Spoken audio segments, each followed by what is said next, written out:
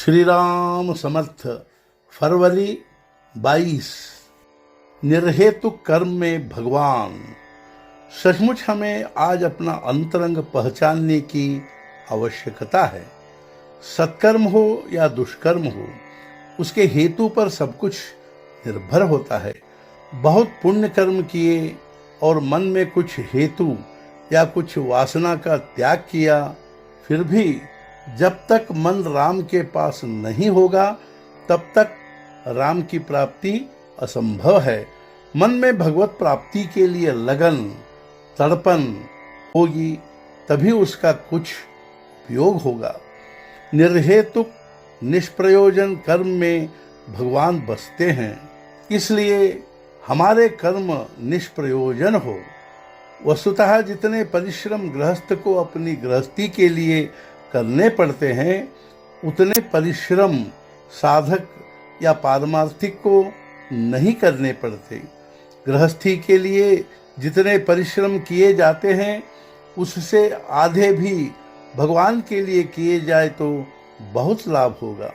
जिस स्थिति में भगवान ने हमें रखा है, उस स्थिति में भगवान को पहचानना सहज संभव है, लेकिन हम विषय की ओर दृष्टि रखकर कर्म करते हैं और भगवत प्राप्ति नहीं होती, इसलिए दुखी होते हैं।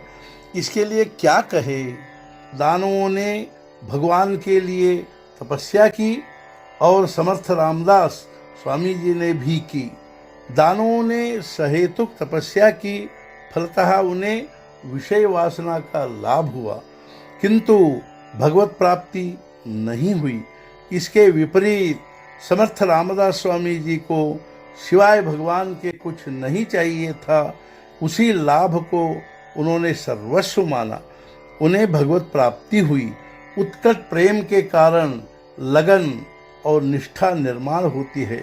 भगवान को देखकर हमारी यह भावना होनी चाहिए, ऐसी वृत्ति प्रबल होनी चाहिए कि भगवान मिल गए, अब मुझे कुछ नहीं चाहिए, अब मेरी किसी भी बात की अभिलाषा नहीं है। ऐसी वृत्ति होगी तभी अहंकार की मृत्यु होगी।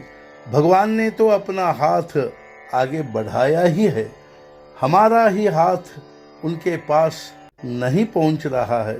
बुद्धि और पैसे की तुलना में सदाचरण का महत्व अधिक होता है। सदाचार भगवान के प्रति निष्ठा और गृहस्थी की वर्तमान स्थिति में संतोष की वृत्ति होगी तो गृहस्थी का सुख मिलता है। सुख कहीं बाहर से नहीं आता, वह तो अपनी वृत्ति में ही होता है।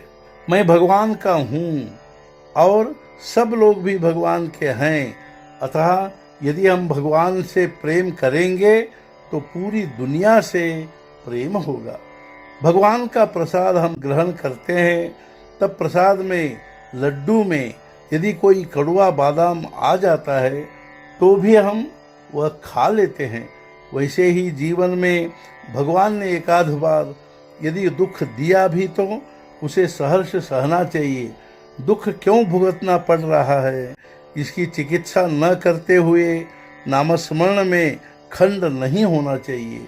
नामस्मरण के सिवाय और किसी से भी अंतःकरण शुद्ध नहीं होगा। जो यह जानता है कि नाम से श्रेष्ठ और कोई बात नहीं है, उसे और कुछ कहने की आवश्यकता ही नहीं होती। नमक समझकर यदि शक्कर खाए तो भी उसमें शक्कर की मिठास होगी ही। उसी प्रकार किसी भी स्थिति में यदि नामस्मरण किया जाए तो वह हमारे लिए तारक ही होगा। आज का मुख्य विचार, जिसको उपासना का जबरदस्त आधार है, वही संसार में सच्चा काम करता है। सद्गुरुनाथ महाराज की जय।